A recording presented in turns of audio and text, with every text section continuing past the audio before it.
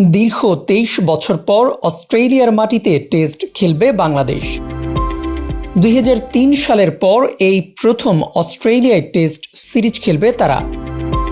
২৩ বছর পর এই সিরিজ নিয়ে রোমাঞ্চ থাকলেও সিরিজ শুরুর আগেই চোটের কারণে বড় ধাক্কা খেয়েছে বাংলাদেশ।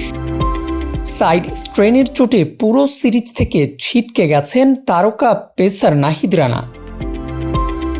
এছাড়া wicket keeper batsman Liton Das ও পেসার শরীফুলও নেই প্রথম টেস্টের দলে। তবে চোট কাটিয়ে দ্বিতীয় টেস্টে ফেরার সম্ভাবনা রয়েছে দুজনেরই।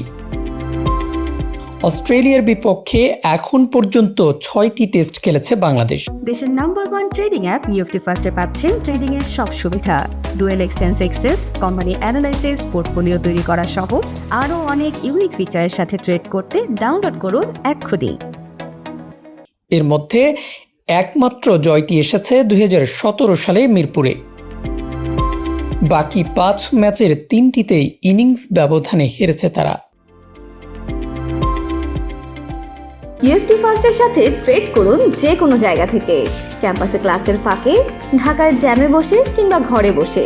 ট্রেডিং এখন হাতের মুঠোয়, তাই ট্রেড করুন যখন খুশি যেখানে খুশি।